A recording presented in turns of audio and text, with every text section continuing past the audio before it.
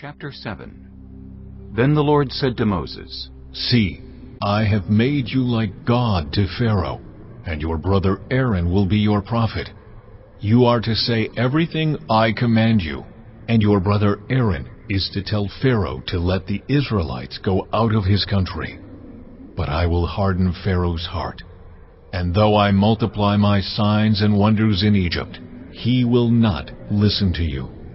Then I will lay my hand on Egypt, and with mighty acts of judgment I will bring out my divisions, my people, the Israelites.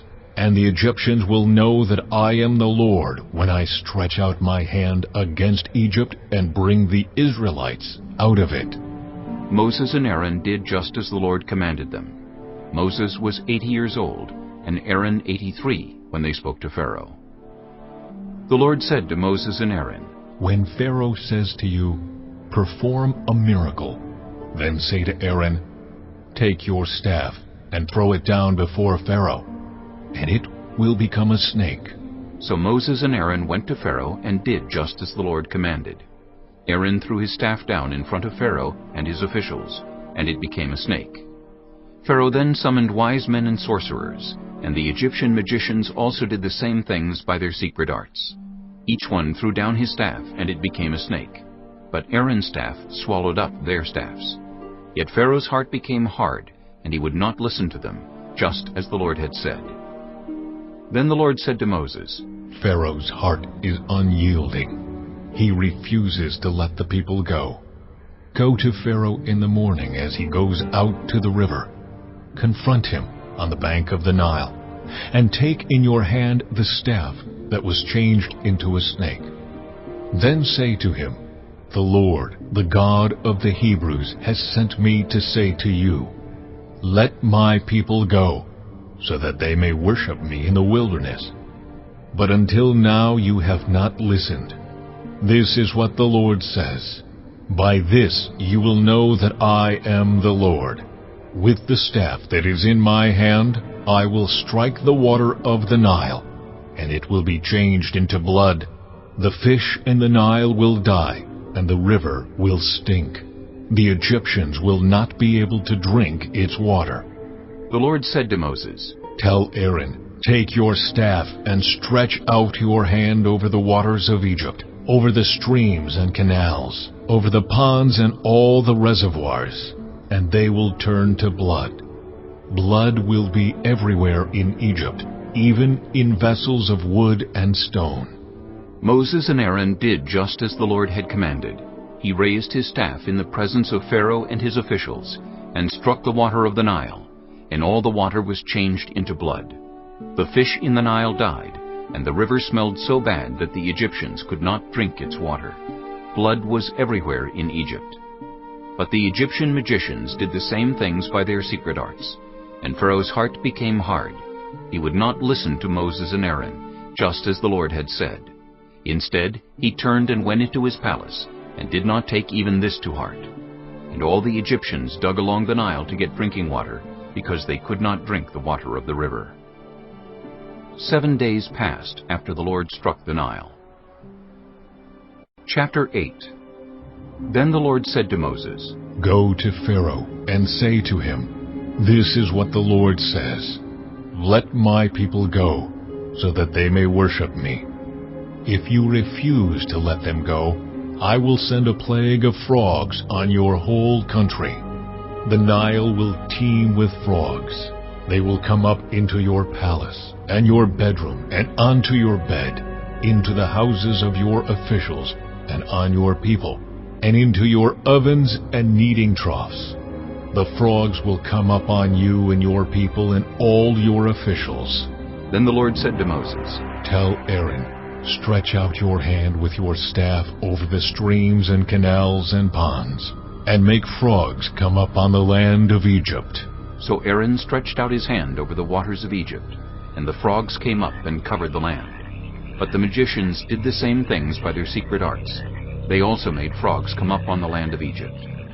Pharaoh summoned Moses and Aaron and said, Pray to the Lord to take the frogs away from me and my people, and I will let your people go to offer sacrifices to the Lord. Moses said to Pharaoh, I leave to you the honor of setting the time for me to pray for you and your officials and your people, that you and your houses may be rid of the frogs, except for those that remain in the Nile." "Tomorrow," Pharaoh said. Moses replied, "It will be as you say, so that you may know there is no one like the Lord our God. The frogs will leave you and your houses, your officials and your people. They will remain only in the Nile." After Moses and Aaron left Pharaoh, Moses cried out to the Lord about the frogs he had brought on Pharaoh. And the Lord did what Moses asked. The frogs died in the houses, in the courtyards, and in the fields. They were piled into heaps, and the land reeked of them. But when Pharaoh saw that there was relief, he hardened his heart and would not listen to Moses and Aaron, just as the Lord had said.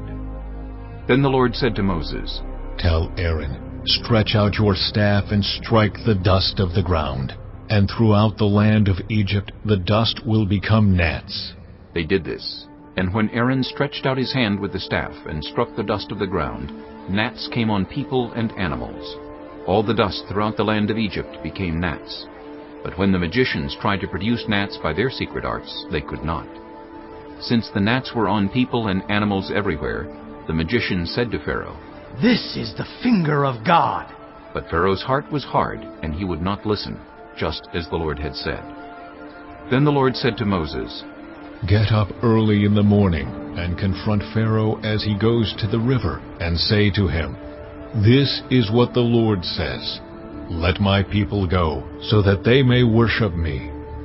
If you do not let my people go, I will send swarms of flies on you and your officials, on your people and into your houses. The houses of the Egyptians will be full of flies, even the ground will be covered with them. But on that day I will deal differently with the land of Goshen, where my people live. No swarms of flies will be there, so that you will know that I, the Lord, am in this land. I will make a distinction between my people and your people. This sign will occur tomorrow." And the Lord did this. Dense swarms of flies poured into Pharaoh's palace and into the houses of his officials. Throughout Egypt the land was ruined by the flies. Then Pharaoh summoned Moses and Aaron and said, "Go sacrifice to your God here in the land." But Moses said, "That would not be right. The sacrifices we offer the Lord our God would be detestable to the Egyptians. And if we offer sacrifices that are detestable in their eyes, will they not stone us? We must take a 3-day journey into the wilderness to offer sacrifices to the Lord our God, as he commands us." Pharaoh said, "I will let you go to offer sacrifices to the Lord your God in the wilderness, but you must not go very far. Now pray for me." Moses answered, "As soon as I leave you, I will pray to the Lord, and tomorrow the flies will leave Pharaoh and his officials and his people. Only let Pharaoh be sure that he does not act deceitfully again by not letting the people go to offer sacrifices to the Lord." Then Moses left Pharaoh and prayed to the Lord. And the Lord did what Moses asked. The flies left Pharaoh and his officials and his people. Not a fly remained.